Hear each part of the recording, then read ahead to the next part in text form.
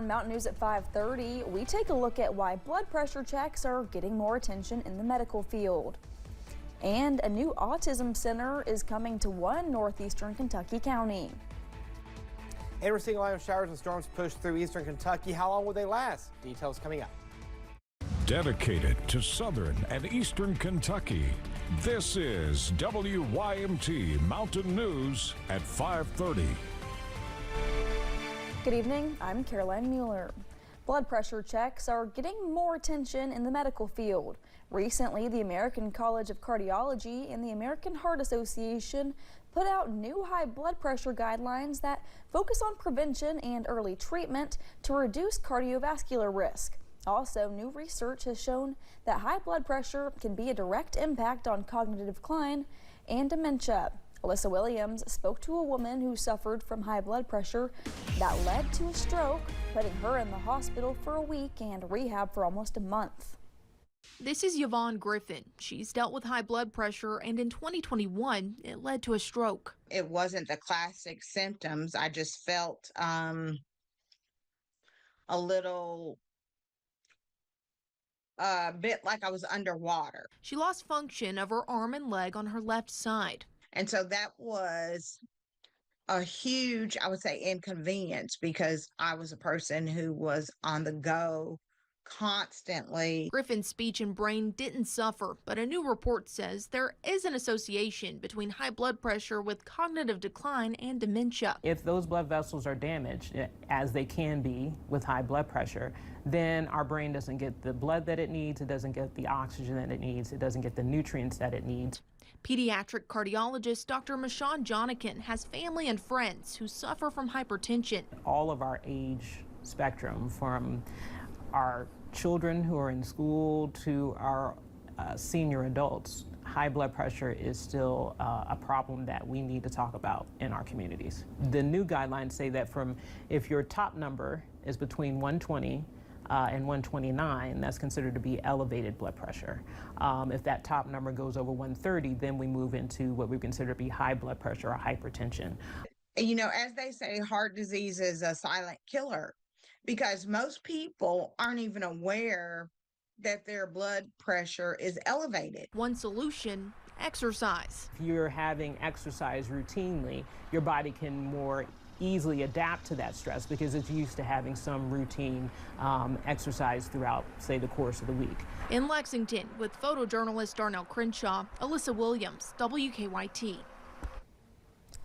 Dr. Jonikin suggests getting a home blood pressure monitor so you can check your blood pressure throughout the day. Yvonne Griffin says her BP is back to normal range. In Leslie County, 2 people charged in connection with the death of a firefighter had their court dates continued. Austin Turner was charged with murder. The incident happened last year when he reportedly left a fire truck while Regina Huffman was trapped inside of it. Huffman later died at the hospital but had been removed from the truck. Austin's mother, Ethel, was also indicted for tampering with evidence. Austin's next court date is November 5th. Ethel's December 3rd. A Corbin man is facing charges after police say he was under the influence behind the wheel. It happened yesterday morning when Laurel County police were called to an area on Kentucky 1394 regarding a one-vehicle crash. When they arrived on scene, they say that Ethan Morgan had an odor of alcohol coming from him and he was not steady on his feet. He was taken to the Laurel County Correctional Center. University of Kentucky football player Ryan Wilcox was in court this morning after a protective order was filed against him. A woman filed the order 2 weeks ago. She claims Wilcox got into bed while she was asleep and touched her inappropriately.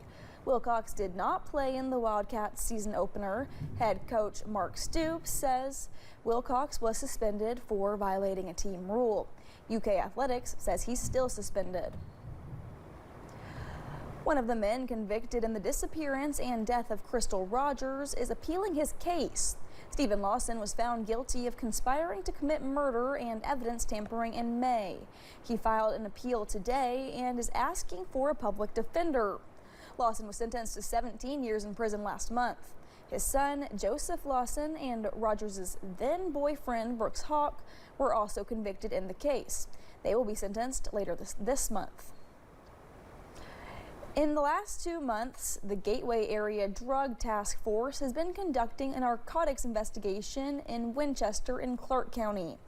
As a result of the investigation, they were able to arrest one man on multiple meth trafficking charges, all while seizing other substances and 8 firearms.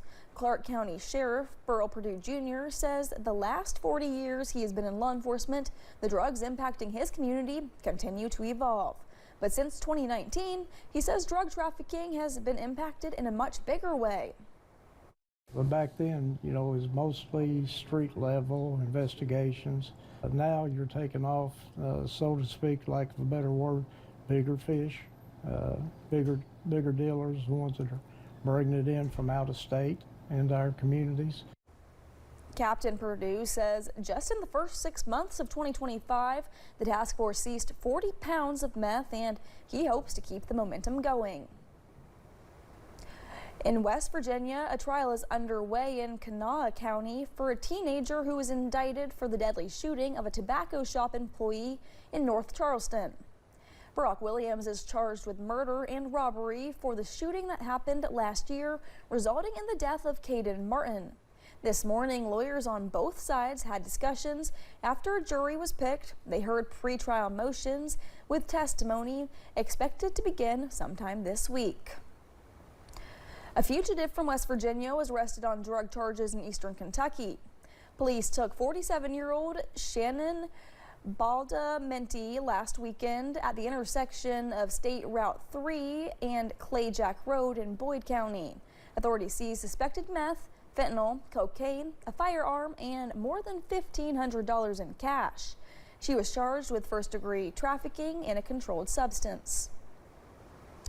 Well, we continue to enjoy a cooler start to the month of September and a lot of more rain now. Let's go ahead and check in with First Alert meteorologist Eric Dean for a first look at the forecast. Eric. That's right, Caroline. We are seeing some showers and storms push through eastern Kentucky right now, especially overhead here at the WYMT studios. You can see there on our tower cam and on live pinpoint Doppler radar. We'll go ahead and pinpoint over towards portions of Perry County, going into portions of Knott County. You can see that line right here pushing through. This is going to continue to push its way to the south and the southeast to be near the Dorton area probably within the next 45 minutes to an hour. Move a little bit farther over towards portions of Clay County, going into portions of Knox County, seeing some thunderstorm activity as well. Then we move a little bit farther south into portions of Campbell County, seeing near the La Folla area, seeing some shower and storm activity at this time. Now, this is going to continue to move its way to the east and the southeast as we go into your evening hours. Temperatures right now in the 60s, 70s, even 80s. We're at 82 in Somerset. We're at 66 in Hazard, 68 in Jackson, 76 in Prestonsburg. As we help you plan your evening hours, we'll see temperatures in the upper 60s and low 70s with that rain chance in the forecast by 9, 10, 11 o'clock time frame. So the bottom line, if you have plans this evening, just take the rain gear just in case you get under a shower or two. I'll have the complete First Alert forecast coming up in a few minutes. Caroline. All right, that's right, Eric. It was really started coming down here last 15 minutes or so. A recent ruling that overturned 2 gun laws in Tennessee faces a legal challenge. The state attorney general has filed a notice of appeal.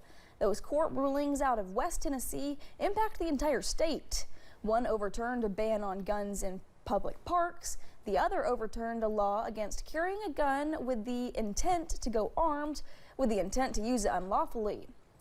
Expect this legal battle to take a while. The Tennessee Firearms Association says the appeals process could take a year or more.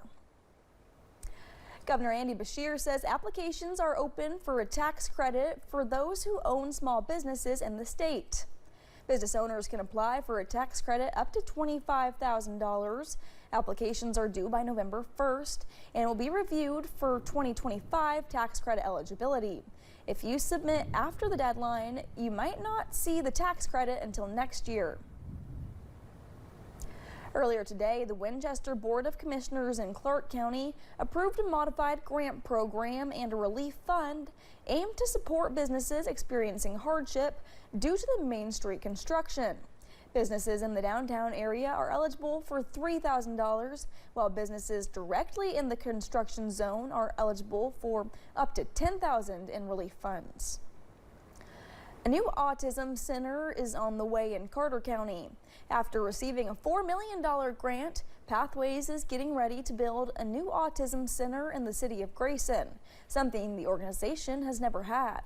Ariana Mintz spoke with the organization and families who see the need for the center in eastern Kentucky. It's going to change lives. People in Carter County are looking forward to a new autism center getting ready to be built.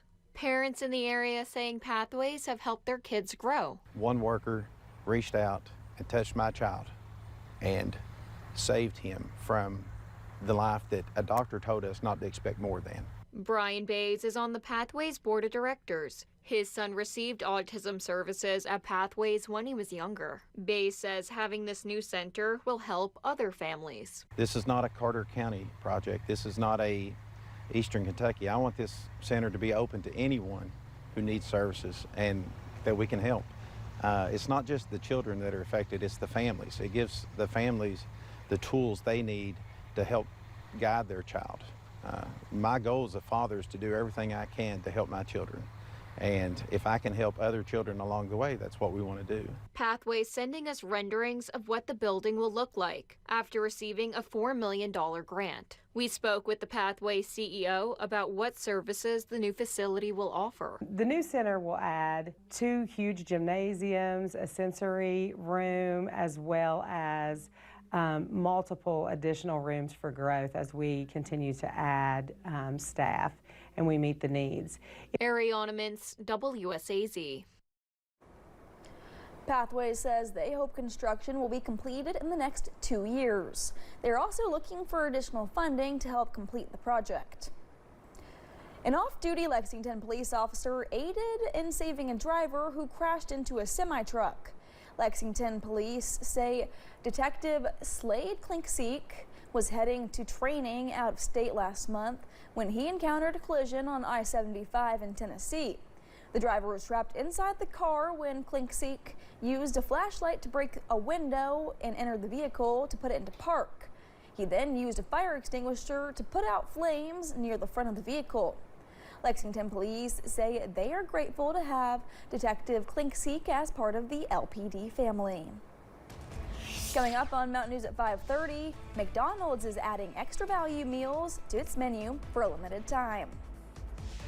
And it is raining pretty darn good out there. We need the rain now in eastern Kentucky. I'm sure my microphone is picking that up. Details on the first alert forecast coming up in a few minutes.